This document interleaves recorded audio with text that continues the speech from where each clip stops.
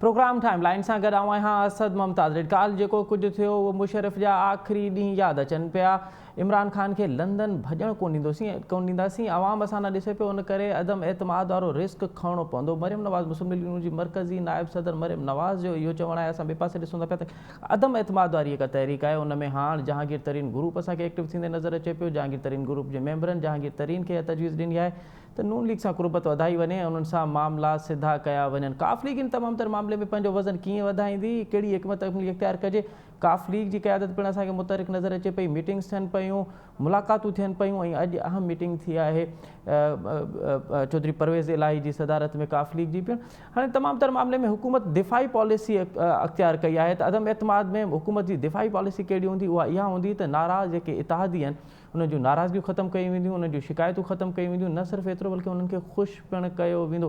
जेके प्रोग्राम में असां इन ते ई ॻाल्हाईंदासीं त हीउ जेको मामिलो आहे अदम एतमाद वारो, 2 सालनि खां मुसलसल पीपल्स पार्टी इन ॻाल्हि ते बज़िद हुई त अदम एतमाद आंदी वञे। ॿियूं जेके अपोज़िशन जूं पार्टियूं, ख़ासि करे नून लीग, उहा मुसलसल इन ॻाल्हि खे डिनाए पई करे त अदम एतमाद वारो असांखे भरोसो कोन्हे, असांजा मेंबर फिरी वेंदा या के मेंबर्स आहिनि उहे फिरी वेंदा। इहो मामिलो ॾुखियो आहे, मार्च करणु घुरिजे, इस्तीफ़ा ॾियणु घुरिजनि। बज़ाहिर हाणे बिलाख़िर नून लीग इन ॻाल्हि ते राज़ी थी आहे त इहो कहिड़ा सिग्नल आहिनि जेके नून लीग खे राज़ी कनि पिया।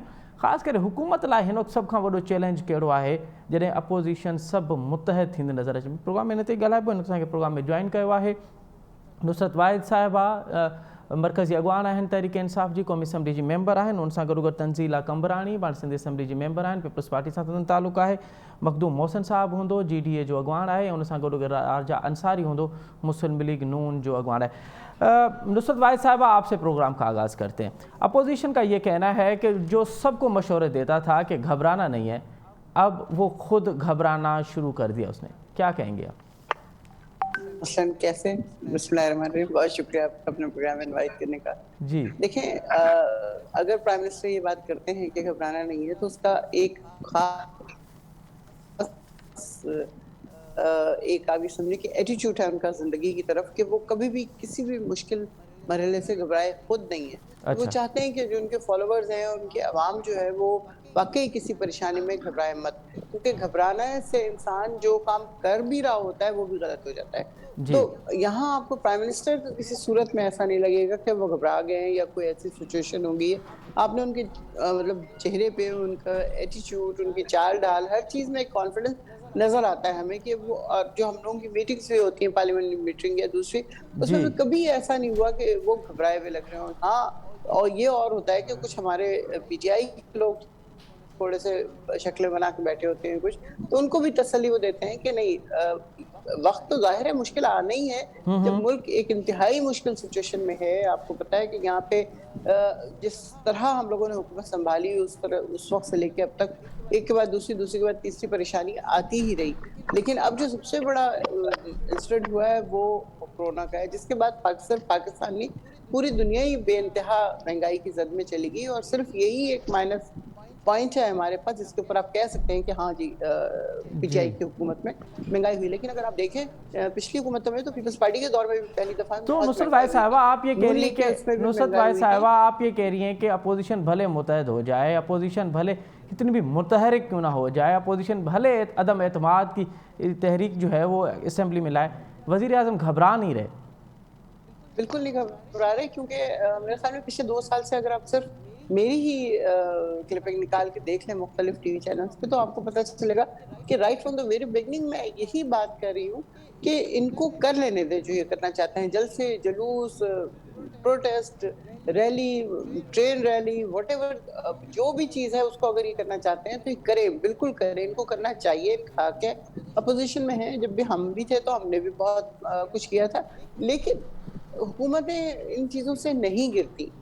और वो तो एक ऐसा चलें आप कह रही हैं कि हुकूमतें ना मार्च से गिरती हैं, ना अपोजिशन से गिरती हैं, ना किसी और ये वो जमातें हैं जो एक्चुअली इनके माइंड आपस में नहीं मिलते। They are all insecure from each other, जो सबसे इंपॉर्टेंट बात है।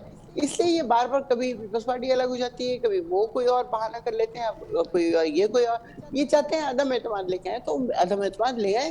पहले भी आपको याद है प्राइम मिनिस्टर ने खुद अपने आप को पेश किया था और लेकिन आप नहीं समझती कि उस वक्त की सूरत हाल कुछ और थी, उस वक्त की सूरत हाल कुछ और नहीं, थी। बिल्कुल अब बिल्कुल सिचुएशन जो मर्जी डिफरेंट हो, लेकिन अवाम बेशक महंगाई से बहुत ज्यादा परेशान है, लेकिन उनको पता है कि चले जो उनका प्राइम चल मिनिस्टर है वो ना बेईमान है, ना चोर है, ना पैसा कमा रहा है, ना बाहर जायदादें बना रहा है, ना वो कुछ और कर रहा है। चले तो ठीक है, इसलिए उनको एतमाद है। चले ठीक है। कुछ नहीं होगा इससे। आप कह रही हैं कि महंगाई भले बढ़ती रहे, पेट्रोल भले बढ़ता रहे, एकदम भले 12 नहीं, भले एकदम नहीं, भले नहीं, एकदम 12 रुपए। भले की बात नहीं की मैंने, भले की लेकिन बात लेकिन नहीं की। वजीर आजम अगर साहब महंगाई ईमानदार है, है, वजीर आजम साहब ईमानदार है और आवाम ये समझती है। बिल्कुल जी नुसरत भाई साहब, इंटरनेशनल हम बातचीत का सिलसिला जारी रखेंगे। जी जी $95 फी बैरल पे चला चले गया चले मिलता है। चले चले तो क्या करें?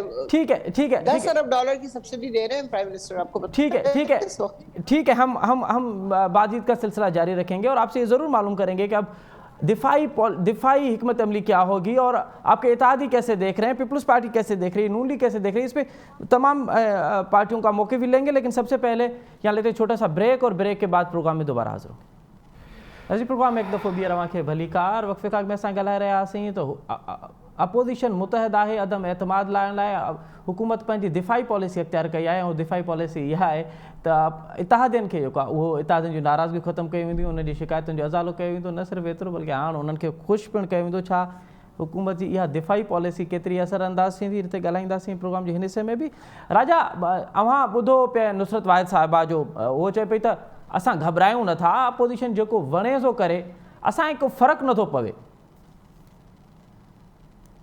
इहा केॾी संगदिली आहे, इहा केॾी हठधर्मी आहे त तव्हां मुल्क खे कहिड़े पासे वठी विया आहियो। महांगाई उरूज ते आहे, आलमी मंडीअ में तेल घटि पियो थिए, ओघरा तव्हांखे चवे थी 8 रुपया वधणु घुरिजनि ऐं तव्हां 12 रुपया वधाए छॾियो था। सभु शयूं महांगियूं थी वियूं आहिनि, डबल टैक्स माण्हुनि खां वठो पिया।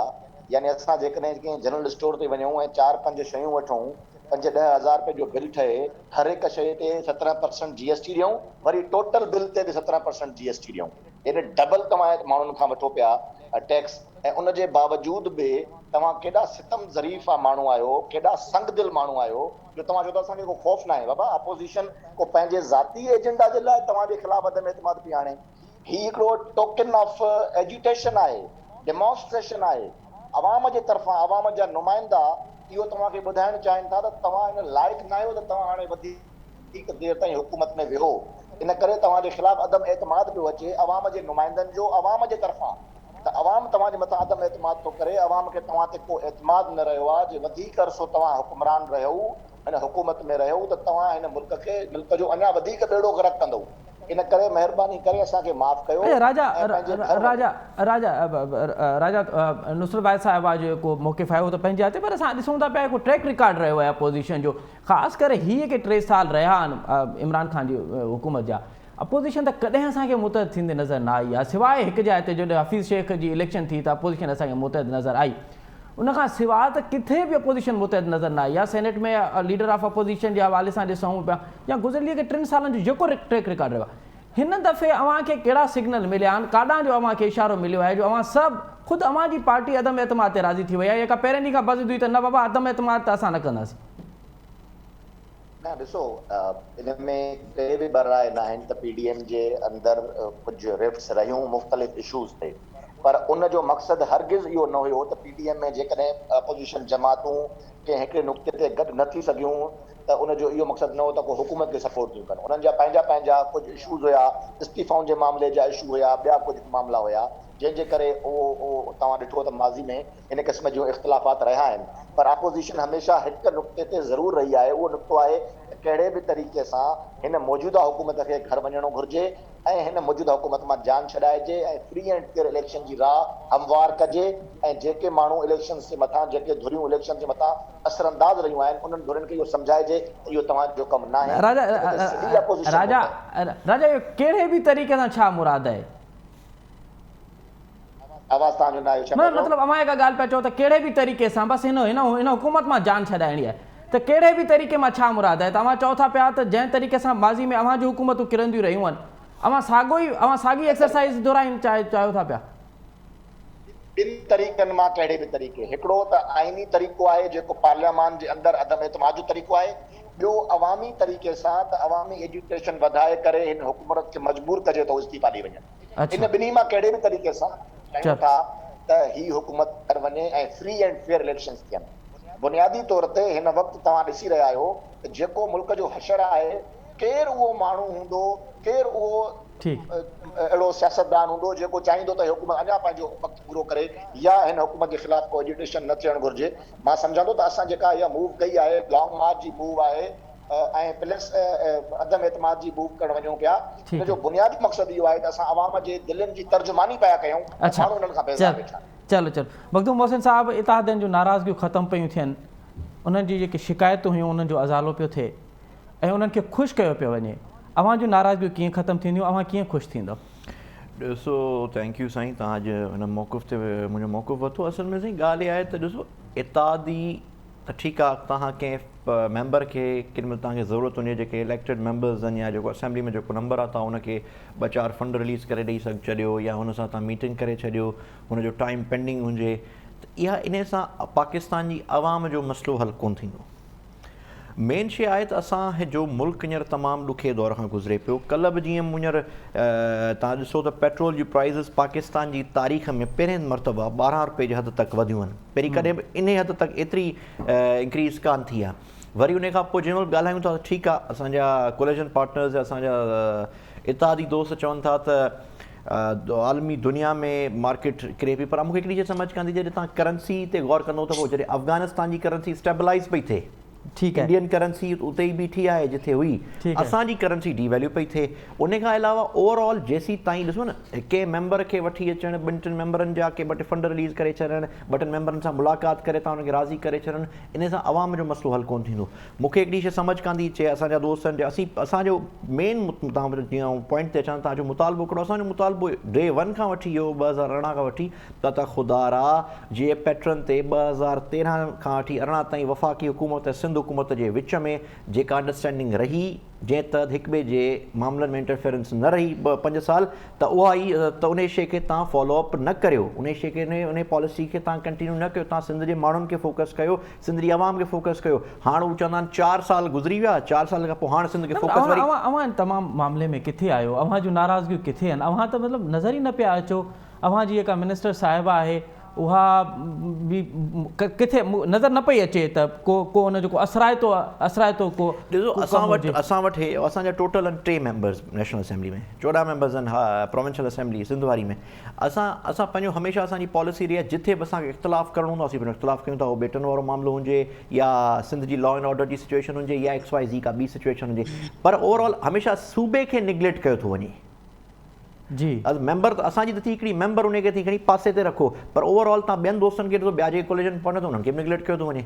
त ओवरऑल असीं चवंदो सूबे खे फोकस कयो, गॾिजी फोकस कयो। हाणे फोकस करणु वरी शुरू कीअं कयो अथनि त हिकिड़े तरफ़ त इहे चवंदा सिंध में सियासत कंदासीं, लॉन्ग मार्च करणु शुरू कयो अथनि, ॿी तरफ़ वरी कालाबाग डैम जी हिमायत में वज़ीर आज़म साहिबु स्टेटमेंट्स पियो ॾे, ऐं वरी उन खां अलावा वरी टियों चवंदा इत्तेहादनि खे गॾु खणी हलण जे बजाए इत्तेहादनि खे टोड़ण खे टारगेट कयो थो वञे। अरे मखदूम साहिबु, ईअं न आहे त गुज़िरियल 3 सालनि खां अवां जूं शिकायतूं पंहिंजी जाइ ते, पर ख़ुदि GDA एॾी कंफ्यूज़ रही आहे, उहा फ़ैसिलो ई नथी करे सघे त तव्हांखे इत्तेहादी रहणु घुरिजे या न रहणु घुरिजे।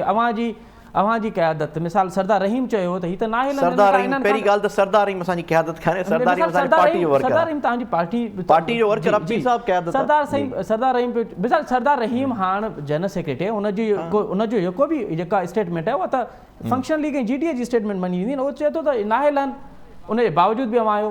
BNP मैंगल त हिकदमि छॾे ॾिनो इत्तेहाद ख़तमु करे, तव्हां त न इत्तेहाद में रही था सघो न निकिरी था सघो, कंफ्यूज़ छो रहिया आहियो तव्हां 3 साल? कंफ्यूज़ ओवरऑल सिचुएशन कंफ्यूज़ आहे, तव्हांजी ॻाल्हि आहे दुरुस्त आहे, पर तव्हां रुगो ओवरऑल डायनामिक्स ॾिसो त मुतहदा ऑपोज़िशन जेका आहे उहा बि त हिकिड़े पेज ते कान। हाणे ऑप्शन कहिड़े ते वञूं, हाणे वरी ॻाल्हियूं जे ॿिए तरफ़ वञनि थियूं त असांजो मेन ओपोनेंट्स त असांजा सिंध हुकूमत वारा आहिनि, जंहिं पार्टी सिंध में हुकूमत आहे, वरी जे हिननि खे छॾे जे ऑपोज़िशन सां इत्तेहाद था कयूं, जे गॾिजूं था त उते वरी ॻाल्हियूं पियूं हलनि, त उते वरी अञा इहा शइ क्लियर सिनेरियो कोन थो थिए त वज़ारत उज़्मा जो कैंडिडेट केरु आहे, कहानी कहिड़े तरफ़ थी वञे। हाणे हू चवंदा हिकिड़े पासे बाहि आहे, ॿिए तरफ़ पाणी आहे, त ओवरऑल ओवरऑल अगरि तव्हां पार्टियुनि खां बालातर थी, तव्हां इहो न सोचो त तव्हांजो वाबस्तगी GDA सां आहे, तव्हांजी नवाज़ लीग सां आहे, तव्हांजी पीपुल्स पार्टी सां आहे, तव्हांजी PTI सां आहे, पर ओवरऑल तव्हां पाकिस्तानी थी सिंधी थी अगरि सोचींदो त तव्हांखे इन शइ जो अहसासु थींदो त ओवरऑल नुक़सानु असांजो पियो थिए ऐं असांजो मुल्क हींअर तमामु ॾुखियाई जे तरफ़ पियो वञे, जेको आउं सम्झां थो त असांजे लाइ सुठो न आहे। ठीकु आहे, तंज़ीला साहिबा, अवां मूंखे ॿुधी रहिया आहियो, मुंहिंजो आवाज़ु अवां ते अचे पियो?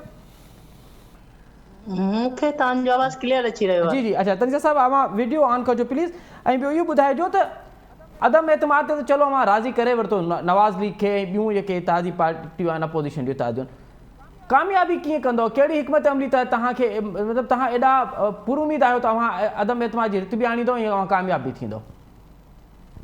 बिस्मिल्लाह रहमान रहीम।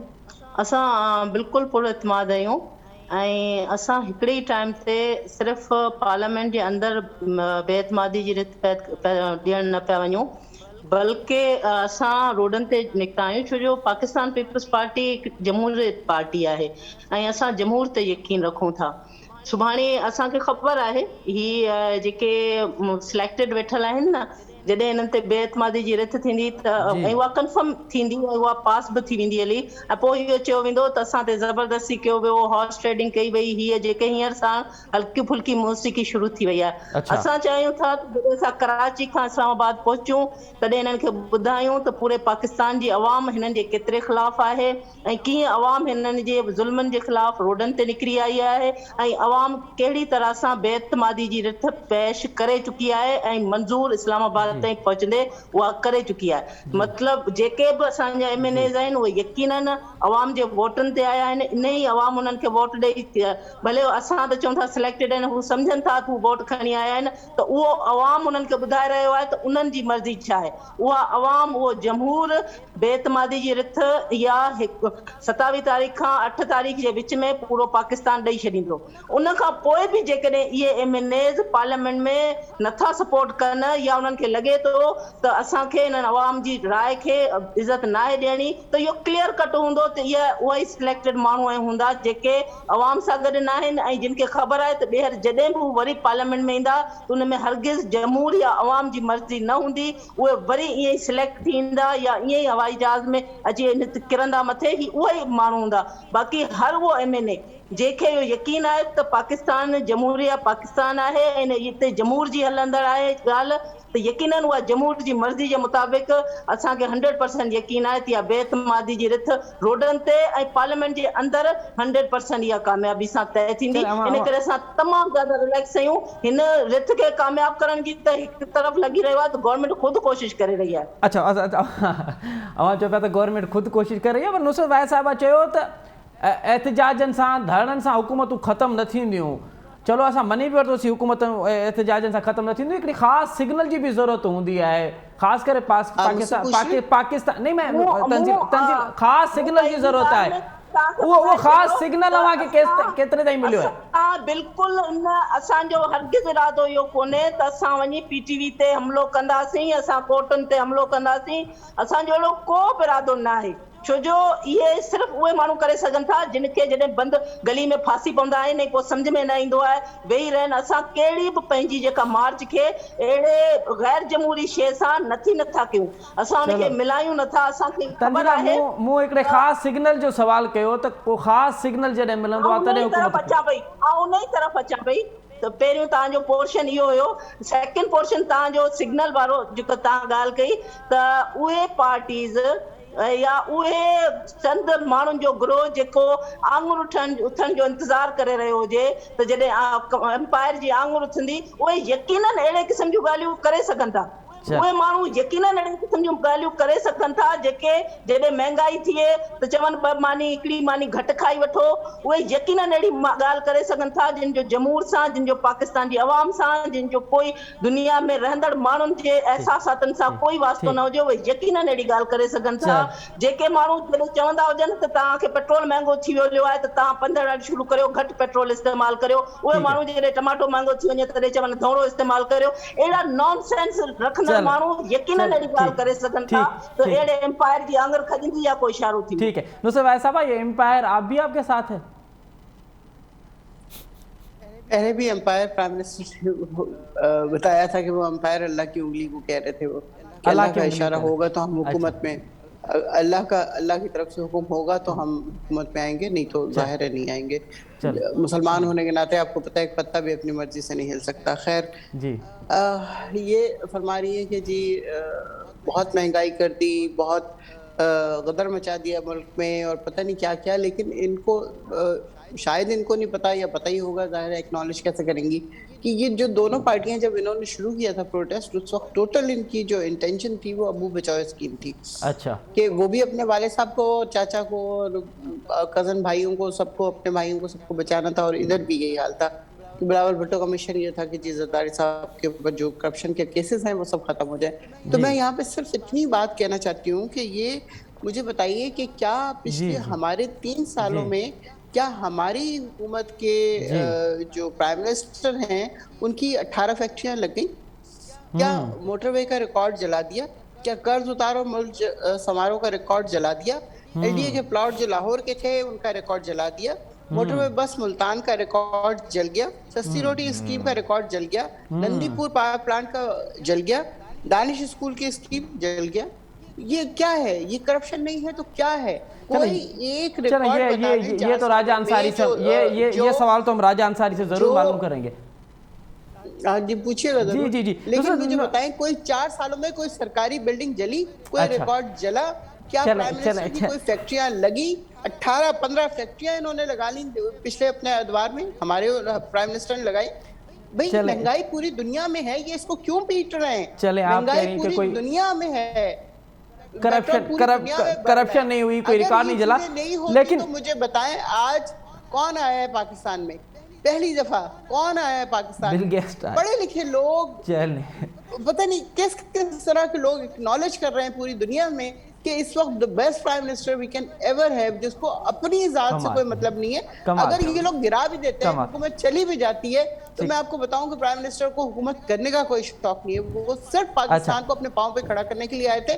जिस दिन खत्म हो गई उस दिन भी अल्हम्दुलिल्लाह क्या है कि अपने घर चले जाएंगे वापस। अच्छा नुसरत भाई साहब, ये आप कह रहे हैं कि हुकूमत करने का कोई शौक नहीं उनको, तो वो तो पाकिस्तान को अपने कदमों पे खड़ा करने के लिए आए थे। लेकिन ये बताइए कि ये जहांगीर तरीन ग्रुप ने मतलब अनऑफिशियली तौर पे अब आपसे अलहदगी अख्तियार कर लिया। उन्होंने नून लीग के साथ मामला सीधे करने की अपनी तजवीज़ भी दी और वो लग भी रहा है कि वो हो जाएगा। कैसे बचा पाएंगी हुकूमत आप? अगर हुकूमत नहीं बची तो फिर अभी इसका जवाब आपका सवाल सुनने से पहले मैंने दे दिया था कि जो लोग चाहते हैं या समझते हैं कि प्राइम मिनिस्टर को हुकूमत नहीं करनी चाहिए, तो वो ये सारी चीजें देखें जिसका मैंने बयान किया है अभी। और अगर उनको लगता है कि वो किसी किस्म की करप्शन कर रहे हैं, हाँ, वो लोगों को फैसिलिटेट नहीं कर रहे उस तरह जिस तरह ये लोग करते हैं। आज भी यकीन कीजिए, मैं टीवी प्रोग्राम्स में जाती हूँ, वहां पे जो पीएम के या इसके क्या कहते वजीर आला के जो एडवाइजर होते हैं वो आके बैठे होते हैं और उनके पीछे 4-5 लड़के आते हैं और उनकी नौकरी पे साइन हो रहा होता है वहीं बैठे बैठे कि सुबह आ जाना, नौकरी मिल जाएगी। तो हम लोग इस तरह नहीं करते। अच्छा नुसरत भाई साहब, आपका ताल्लुक भी सिंध से है। आपके एक तो इत्तेहादी सिंध से एमक्यू में, दूसरे जीडी है। 3 सालों में जीडीयू को कोई लिफ्ट नहीं मिल रही आपकी तरफ से, ये ऐसा क्यों? फहमीदा मिर्जा इनकी वो नहीं है हमारी मिनिस्टर। फिर उसके बाद सायरा बानो पार्लियामेंट्री सेक्रेटरी है अभी पॉवर्टी एलिवेशन की। लेकिन देखिए आपकी मुलाकातें एमकेएम के साथ हो रही हैं, आपकी मुलाकातें काफ लीग के साथ हो रही हैं, आपकी मुलाकातें दीगर जो आपके इत्तेहादी हैं वहाँ उससे होती, लेकिन जीडीए आपकी मुलाकातों में कहीं नजर नहीं आ रहे हमें। नहीं, इसलिए नहीं नजर आ रही होंगी कि ये लोग बाएतमाद लोग हैं, इनके ऊपर एतमाद किया जा सकता है। अच्छा। बाकियों के ऊपर फिर भी थोड़ा सा शक हो सकता है कि भाई वो पता नहीं हमारे मखदूम साहब का जो इत्तेहाद है वो इतना एतमाद क्या है कि अगर राब्ता ना भी करें तो ये आपके साथ होंगे। पीर पगाड़ा एक बहुत बड़ा नाम है। देखिए ये आज के नहीं है, ये अंग्रेजों से लड़ते रहे, इनकी फौज थी पूरी फौज जो थी। तो वो ये लोग इस तरह के तो नहीं है कि अपने वर्ड से फिर जाएं या कोई इस तरह की चीज कर लें। तो मेरा नहीं ख्याल इनके जितने चले आप समझ रहे हैं कि ये आपके अलावा कहीं नहीं जाएंगे, भले आप इनको लिफ्ट कराएं ना कराएं, भले आप इनकी शिकायत सुने ना सुने, शिकायतों का इजाला कराएं ना कराएं, लेकिन ये आपके साथ रहेंगे। राजा जी मैं आता हूँ, मैं आता हूँ नुसरत भाई साहब आपके पास दोबारा आता हूँ। राजा हाँ तफ़सीली ॻाल्हि ॿुधी नुसरत भाई साहब जो पे उन्होंने चवण इहो आहे, ॻाल्हि जेको तथ्य आहे उहो इहो आहे त 3 सालनि में का करप्शन कोन थी आहे, जंहिं करे का बिल्डिंग सड़ी हुजे, को रिकॉर्ड सड़ियो हुजे। ही त करप्शन बि कंदा, रिकॉर्ड बि साड़े छॾींदा। ॾिसो जिन इदारनि जा जी राजा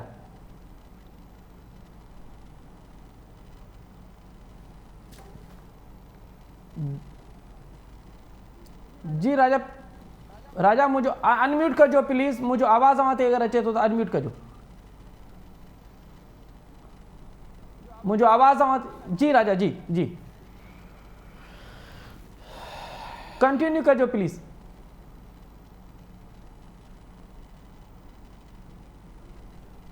राजा मुझे आवाज़ अवां ते अचे पियो। अच्छा जी असां राजा सां असांजो कम्युनिकेशन बहाल थींदी त असां हुन खां ज़रूरु पुछंदासीं। मखदूम मोहसिन साहब, नुसरत वाहिद साहिबा चवे त हीअ त असांजा एॾा इतमाद वारा आहिनि, उहो फ्री न वेंदा कंहिं बि सूरत में, हीअ असांखां अलॻि थींदा ई कोन। असद मुंहिंजो आवाज़ अचेव तव्हांखे? जी अगरि तव्हांजी इजाज़त हुजे त राजा खां मूंखे। जी राजा मां अर्ज़ु करे वञा जिन इदारनि जा नाला नुसरत वाहिद साहिबा खयां पए त असांखे हिननि इदारनि में बाहि लॻी पई, रिकॉर्ड सड़ी वियो, उहे इदारा अॼु त हिननि मुसलसिल 3 सालनि खां हिननि वटि वेठा आहिनि।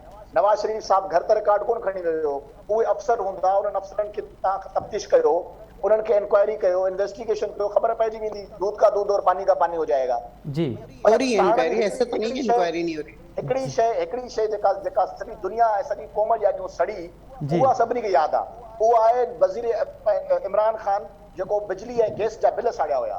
जॾहिं बिजली ऐं गैस जी कीमतूं अॼु खां पहले की बात है, हुकूमत पे आने से पहले की बात है, और उससे पहले वो हुकूमत में नहीं आए थे। ठीक है मुसर साहब, ठीक है जी। गैस जा बिल साड़िया जी, छा अॼु ईअं थिए पियो? इन करे मां पहिरीं बि इहा ॻाल्हि कई, हाणे बि असां इहो चऊं था बाबा तव्हां मुस्बत ॻाल्हि कयो, जेको तव्हांजी कारकर्दगी आहे तव्हां उहा ॿुधायो। कारकर्दगी हिननि वटि काई बि न आहे, फलाणे ही साड़े छॾियो, मतिलबु किसा जंहिंजो वजूद ई न आहे उन क़िस्म जूं ॻाल्हियूं हिननि खां करायो, ही 100 ॻाल्हियूं कंदा, पर पंहिंजी कारकर्दगी बहितर करण लाइ तयारु न आहिनि। इन करे माण्हू हाणे हिननि खां बेज़ार वेठा आहिनि, माण्हू सम्झनि था त हाणे हिन खे तब्दील थियणु घुरिजे। पर हिकिड़ी ॻाल्हि मां ज़रूरु चवंदुसि, असां सिर्फ़ु इहो कोन था चाहियूं त इहा हुकूमत ॿाहिरि वञे या अदम एतमाद कामयाबु थिए, उन खां पोइ जेको बि हुकूमत में अचे। असां इहो था चाहियूं, असां चाहियूं था त फ्री एंड फेयर इलेक्शन थिए, का बि अहिड़ी पॉलिटिकल ताक़त, का बि अहिड़ो माण्हू, का बि अहिड़ी जमात जेका वरी बैकडोर चैनल सां राब्ता करे, वरी सॼे इलेक्शन प्रोसेस खे मैनिपुलेट करे, इंजीनियर्ड करे जेकॾहिं हुकूमत में आई PMLN वरी उन नतीजनि खे न मञींदी। अच्छा राजा अगर सेनेट जे चेयरमैन में अगर सेनेट जे चेयरमैन जे खिलाफ़ को अदम एतमाद में थियो, उहो अगर ॿीहर क़ौमी असेंबली में थींदो त पोइ अपोजिशन जी साख किथे बचंदी? ॾिसो असां वटि कितनी दफ़ा हुकूमत में आए ये लोग, असां वटि पंहिंजा पता मौजूद आहिनि, असां कितनी दफ़ा हुकूमत में आएंगे, जेकॾहिं असांजी इहा मूव नाकाम थी वञे। नुसरत साहब मैं आ रहा हूं आपके पास, मैं राजा से पूछूं। जी राजा जी मां चयुमि त जेकॾहिं इहा मूव नाकाम थी वञे त असां वटि प्लान B आहे, पर उन सॼे अमल जे नतीजे में असां फ्री एंड फेयर इलेक्शन चाहियूं था। असां चाहियूं था त फ्री एंड फेयर इलेक्शन नज़र अचनि, ईअं न थिए त तव्हां वरी कंहिंखे आशीर्वाद ॾेई करे इक़्तिदार में विहारियो त पोइ त हिन मुल्क जो मसइलो हल ई कोन थींदो। हिन मुल्क जो मसइलो तॾहिं हल थींदो जॾहिं हक़ीक़ी जमहूरी निज़ाम हिन मुल्क जे अंदरि ईंदो, ऐं उनजो हिकिड़ो ई हल आहे फ्री एंड फेयर इलेक्शन। ऐं इमरान खान नथो चाहे त फ्री एंड फेयर इलेक्शन थियनि। ठीक है। अच्छा मखदूम साहब हाँ जी मैं थोड़ा सा जवाब दे दूं, थोड़ा सा मुझे जी नुसरत साहब आप प्लीज इन्होंने कहा है कि आपकी हुकूमत ने क्या किया है। मैं सिर्फ इनको ये बताना चाहती हूँ कि 218 से 228 तक पानी जखीरा करने के लिए हमने जो प्लान बनाए हैं उसमें कितने ज्यादा पानी के डैम बन रहे हैं, उसके अलावा पन बिजली का वो हो रहा है, बनाया जा रहा है, उसमें हाइड्रो पावर प्लांट बन रहे हैं, उसके अलावा और बेइंतहा चीजें हैं। आप ये देखें कि बलूचिस्तान में जो सोने की कान का किस्सा था उसको खत्म करवाया है, उसके जो हमारे ऊपर पड़ा था इतना बड़ा। फिर उसके बाद जो इनके राजा साहब ने वो लिया था, बिजली ली थी, उसमें कितनी महंगी थी और कितना उसमें रेंट कट रहा था, उसको खत्म करवाया। उसके अलावा महंगाई का रोना रोते हैं ये लोग सिर्फ, लेकिन क्या इनको अंदाजा नहीं है कि इस वक्त पूरी दुनिया में हो क्या रहा है। आप लोग इसी तरह हंसते रहे, इसी तरह मुस्कुराते रहे। आप मुझे बताइए 40 साल तो हो गए आपको हुकूमत करते हुए। चल मैं राजा नुसरत साहब मैं राजा से इसका जवाब भी लूंगा। नुसरत साहब नहीं आप बिल्कुल आप नुसरत साहब आप जो कह रही हैं प्लीज डोंट बी अब्यूसिव। नहीं राजा एक मिनट प्लीज, इस किस्म की गुफ्तगू नहीं करेंगे आप। राजा नुसरत साहब बैठिए, आप इस किस्म की गुफ्तगू नहीं करेंगे आप। नहीं राजा बोल रही है नुसरत साहब आप जो कह रही हैं मैं बलूचिस्तान में आपको नहीं पता रेडिक का जो गाने हैं उसको कितने बड़े उसके ऊपर दिया था, चले नुसरत साहब मेरा ख्याल है पॉइंट पे आना चाहिए असद साहब, मेरा ख्याल है पॉइंट पे आना चाहिए। नुसरत साहब आपका पॉइंट आ गया। राजा आवाज जो पॉइंट अचियो हां मखदूम मोहसिन साहब का उन्हें मौका बता। नुसरत साहब मैं आपके पास आ रहा हूं, मैं जरा मखदूम मोहसिन साहब से मालूम करूं। मखदूम मोहसिन साहब एक नुसरत वाहिद साहब एक गाल कई तव्हां हर हाल में असां सां गॾु हूंदो। इहो आम अपोजिशन ॾे पई तो सिर्फ वफाकी हुकूमत नाकाम वही है 3 सालन में। वफाकी हुकूमत जे करे ही जेको कुछ थे तो पियो, वफाकी हुकूमत की नाकामी जे करे थे तो पियो। सिंध हुकूमत 12 सालन में किथे बीठी है? 30 साल 40 साल हुकूमत करते रहे इन्होंने। जी नुसरत साहब मैं आपके पास आऊंगा। मखदूम मोहसिन साहब असद साहब असल में छा हां मो दोस्तन के अर्ज कंदुस त जेमल पाण गालायूं पे ता या 40 मिनटन का बुधम पे मुजो पॉइंट ऑफ व्यू बुधो वने मेहरबानी कर सीनियर दोस्तन। जी प्लीज। असल में गाल ये है त असा वट नेशनल लीडरशिप जो फुकदान हाँ ऑप्शन मिसाल तव्हां वञो था त मौजूदा ॾिसो न मौजूदा वफ़ाक़ी हुकूमत मायूस कयो आहे, इन में को डाउट कोन्हे। हाँ जीअं मैडम जी ॻाल्हि की त असीं हिननि सां पुरएतमाद असां हिननि जा अलाइज़ आहियूं। त हिकिड़ो फ़र्क़ु इहो आहे त BNP वारा बि हिननि जा इतादी हुआ, हिननि जा MQM वारा बि इतादी, हिननि कंडीशनूं तय करे हिननि सां पोइ इताद कयो। पोइ बार बार केॾी महिल चवंदा मिनिस्ट्री असांखे वधाए ॾियो, केॾी महिल चवंदा घटाए ॾियो, केॾी महिल असांखे फंड ॾियो। असां हिननि सां डे 1 खां वठी अनकंडीशनल हिननि सां गॾु बीठासीं। असां का हिननि सां कंडीशन कान रखी, जीअं उसूली मौक़िफ़ जीअं हूंदो आहे। सियासी पॉलिटिकल माण्हू पॉलिटिकल डायलॉग सियासी नज़रिए तहत कंदा आहिनि, ज़ाती मफ़ादनि तहत ऐं ज़ाती प्रायोरिटीज़ तहत न कंदा आहिनि। उन खां पोइ त जीअं तव्हां परफॉर्मेंस जी ॻाल्हि की, सो परफॉर्मेंस जो फुकदान सिंध में बि आहे वॾो। पर जेका वफ़ाक़ी हुकूमत जेके ब्लंडर्स आहिनि उन्हनि जे करे उनखे एडवांटेज आहे। तव्हां जी मिसाल परफॉर्मेंस जी ॻाल्हि कयो, सिंध में एजुकेशन डिपार्टमेंट जो तव्हांखे यादि हूंदो समरी पेश कई हुई, 6000 डेस्कूं 30,000 रुपए में ख़रीद कयूं। रेवेन्यू डिपार्टमेंट में त एतिरी तबाही आहे, गुज़िरियल 9 सालनि खां वठी उहो डिपार्टमेंट हिकिड़े करप्ट पी पुटनि जे हथ में मफ़लूज आहे। उनजी सिचुएशन इहा आहे त मूं वटि होम कॉन्स्टिट्यूंसी मुंहिंजी जेका आहे उते सभु शहरी इलाइक़ा उहे पीपुल्स पार्टी जा कैंडिडेट पंहिंजे घर जूं पोलिंग स्टेशन ते हाराए था वञनि। पर असल में मसइलो इहो आहे हिते असां वटि प्रॉब्लम इहो आहे जे वफ़ाक़ी हुकूमत ते वञूं था, प्राइम मिनिस्टर साहिब ॾे असीं नज़रूं कयूं था, असीं बिल्कुलु हिननि सां गॾु आहियूं, पर उते वरी कालाबाग डैम जी हिमायत कनि था, वरी उते वेही केॾी महिल कराची मां 2-4 माण्हू वठियो, केॾी महिल वरी कराची ऐं सिंध खे अलॻि करण जी ॻाल्हि कनि था। हिननि खे असीं सम्झाए थकिजी पिया आहियूं त सॼे सिंध जे हक़नि जी ॻाल्हि कयो, तव्हां कराची जी सिर्फ़ु ॻाल्हि न कयो। कराची सिंध जी दिलि आहे, असीं मञूं था, असीं सभु ॼावा निपना पढ़िया कराची में आहियूं, पर सिंध शरी कराची खां शुरू थिए थी, कश्मीर ताईं ख़तमु थिए थी। थरपारकर, उमरकोट, बदीन, हाला, बिटशाह, सकरन, नवाबशाह सभु उन जो हिसो आहिनि। उन खे माण्हू फोकस कनि कोन था। हाणे ऑप्शन आहे त माण्हू वञनि त किथां वञनि। हाणे जे हिकिड़े तरफ़ मिसाल हिकिड़ो जे ॿी ॻाल्हि त नवाज़ीक ऐं अस्करी क़यादत जे विच में जेके रंजिशूं आहिनि, उन्हनि रंजिशुनि मुल्क खे अॼु तबाही जे किनारे ते बीहारे छॾियो। असांजी सियासी क़यादत खे सभिनी ते ऑल ऑफ अस ॻाल्हायां थो त उन्हनि सभिनी खे खपे त हिकिड़े लार्ज इंट्रस्ट जे लाइ सभई गॾिजी हिकिड़ो सुठी स्ट्रेटजी ठाहीं त मुल्क खे असीं मुसीबत मां कढी सघूं। जून में GDA किथे हूंदी हुकूमत सां अपोजिशन सां?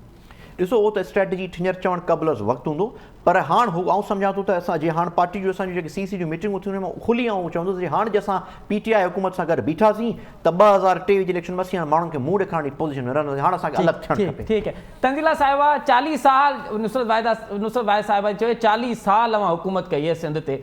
3 सालनि में त चयो पियो वञे त हुनजी कारकर्दगी एॾी मायूस कोन रही आहे। 40 सालनि में सिंध हुकूमत पीपुल्स पार्टी छा कयो आहे?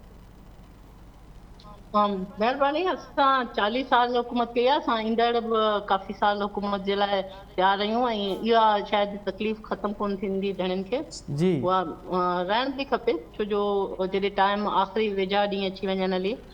तव्हांखे शायदि ॿुधाइणो बार बार असांखे पंहिंजी तरक़ी ॿुधाइण जे लाइ को पेपर कोन पढ़णो पवंदो आहे। असां हेल्थ में जेका तरक़ी कई आहे, जेको पूरे पाकिस्तान जो, चाहे उहो दिलि जो हुजे, चाहे गंबट इंस्टीट्यूट हुजे, उन में जहिड़े क़िस्म जी ट्रीटमेंट थी रही आहे, उन में तव्हां रिकॉर्ड खणी ॾिसो, उन में सिर्फ़ु सिंध जे मतिलबु डोमिसाइल होल्डर या सिंधी माण्हू जे सिंध में रहंदड़ माण्हू इलाज न पियो कराए, बल्कि पूरो पाकिस्तान उनखां फ़ाइदो वठी रहियो आहे। ऐं असां NICVD खे जहिड़ी तरह सां सिंध में फैलाए छॾियो आहे, उहो बिल्कुलु पूरे पाकिस्तान जे लाइ हिकिड़ो मिसाल बणिजी चुको आहे। जेको तव्हांजे रस्तनि जो ॼाल सिंध में विछायो वियो आहे। मुंहिंजो भाउ सिंध में रहे थो, लेकिन ख़बर न आहे छो उनखे नज़र नथो अचे, या असांखे शायदि पेपर खणी पढ़णु नथो अचे। असां जेको टैक्स कलेक्शन आहे असांजी, तव्हां इहो ॿुधाए छॾियो त असां शयूं हितां बॉर्डर क्रॉस करे ॿिए हंधि मोकिलणु शुरू करे छॾियूं आहिनि। मक़सदु सिर्फ़ु इहो आहे त सिंध गवर्नमेंट बार बार पंहिंजा उहे क्लेम शायदि न वरजाया हुजनि या असां इहे पेपर खणी पढ़णु शुरू न कया हुजनि। असां इन्हनि सोन जी खाणनि जो जिन जो ज़िक्र तमामु हिकिड़ो वॾो ब्लंडर आहे उनखे अहिड़े वॾे फ़ख़्रनि सां असां शायदि न ॿुधाए सघंदा हुजूं। इहा कोताही यकीनन थी सघे थी, लेकिन असां हमेशह पहिरीं खां वधीक अक्सरियत सां कीअं सिंध में मौजूद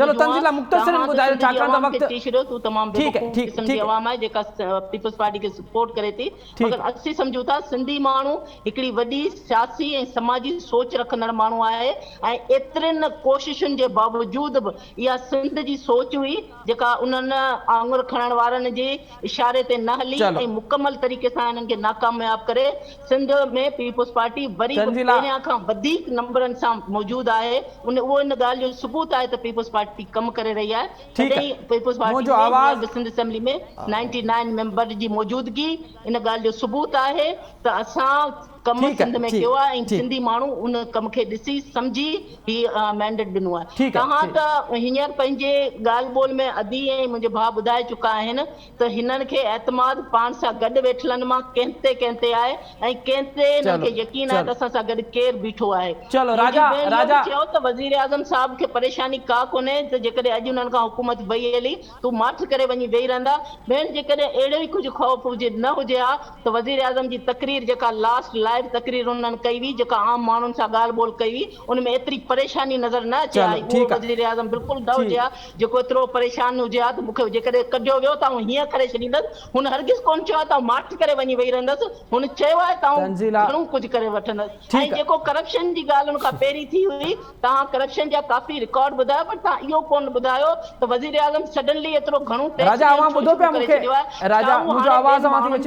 पाकिस्तान जे ग़रीब माण्हुनि जे हिसे जो टैक्स वज़ीर आज़म पे करे रहियो आहे। न त आम तौर ते थींदो ईअं आहे त जॾहिं जाइदादूं वधंदियूं आहिनि जॾहिं प्रॉपर्टियूं वधंदियूं आहिनि तॾहिं तव्हांजो टैक्स लिमिट वधंदो आहे। त जेकॾहिं वज़ीर आज़म एतिरो ई ईमानदार हो उनजो टैक्स घटिजण जे बजाए ही मदीने जी सरकार केतिरे एॾो अॻियां निकिरी वई हली जेको एतिरो टैक्स वधी वियो ही प्रूफ आहे हिते जेका करप्शन थिए पई जेका हिकिड़ो मख़सूस जोड़ो आहे जेका बैग भरे पाकिस्तान खां ॿाहिरि निकिता आहिनि ऐं असांजो मथां फवाद साहब जेतिरो मुल्क तबाही जे दहाने ते अची पहुतो आहे। भेण चई तव्हां मानी चंड खे तव्हां मानी चई छॾियो ॻाल्हि ख़तमु। अच्छा मखदूम साहब अवां हाणे तफ़सीली मूंखे ॿुधो तंज़ीला जो मुख़्तसर ॿुधाइजो जेको तंज़ीला जेका पंहिंजे रिकॉर्ड पे पेश कया 40 सालनि में GDA हिन खे कीअं पई ॾिसे? 40 सालनि में हिकिड़ो मोटरवे त सिंध खे ॾेई कोन सघिया आहिनि। हिकिड़ो मोटरवे ठहियो सो बि मियां साहब ठहियो फी सबीलिल्लाह उहो बि प्रॉपर मोटरवे कोन्हे। उन खां अलावा तव्हां ॾिसो त जीअं अदी चयो त 99 मेंबर असांजा सिंध में वॾो मैंडेट मिलियो त हिकिड़ी पार्टी 4 सूबनि जी ज़ंजीर तसवर कई वेंदी मोहतरमा ऐं भुट्टो साहब जे ज़माने में। लाहौर स्वीप करे आयो 70 में भुट्टो साहब। मोहतरमा पिंडी में वॾा जलसा कंदी हुई, लाहौर में जलसा कंदी हुई। अॼु उहा पार्टी सिर्फ़ु हिकिड़े मख़सूस हिकिड़े सूबे जी बि अंदरूणे सिंध जी जमायत बणिजी वई आहे। त किथे न किथे गड़बड़ ज़रूरु आहे पर ठीकु आहे की जीअं अदी चयो त मुंहिंजी हमेशह आदत रही आहे त तनक़ीद बराए तनक़ीद न थियणु खपे, तनक़ीद बराए इस्लाह थियणु खपे। NICVT या गवर्नमेंट इंस्टीट्यूटनि जो सुठो बहितर कमु आहे। किथे कमु कनि पिया त बहितर आहे पर आउं सम्झां थो त अञा बि हिननि खे कमु करण जी ज़रूरत आहे ऐं जीअं आवाम जे लाइ कुझु आवाम खे रिलीफ मिली सघे। पर मेन मसइलो आहे करप्शन उहो सूबाई हुकूमत जो बि आहे वफ़ाक़ी हुकूमत जो बि आहे। जीअं हींअर नुसरत साहिबा चयो त करप्शन ख़तमु थी आहे, करप्शन ख़तमु कान थी वई आहे। ट्रांसपेरेंसी इंटरनेशनल जी अगरि तव्हां रिपोर्ट हिन साल जी ॾिसंदो ऐं पुठी बि ॾिसंदो त तव्हांखे ख़बर पवंदी त 2018 खां पोइ करप्शन वधी आहे। जेसीं ताईं करप्शन न रुकजंदी तेसीं ताईं मसइले जो हल कोन थींदो। उहो प्राइम मिनिस्टर नवाज़ शरीफ़ हुजे या प्राइम मिनिस्टर इमरान खान हुजे या प्राइम मिनिस्टर को ॿियो हुजे, बिल्कुलु फ़र्द जो मामलो आहे कोन्हे, सिस्टम जो मामलो आहे। वॾी महिरबानी मखदूम मोहसिन साहब, नुसरत वाहिद साहिबा, तंज़ीला कमरानी साहिबा ऐं राजा अंसारी साहिबा ऐं चवनि महिमाननि जी वॾी महिरबानी। प्रोग्राम जो वक़्तु पंहिंजी पुॼाणी थो पए। असद मुमताज़ रिठी इजाज़त, सदाईं गॾु।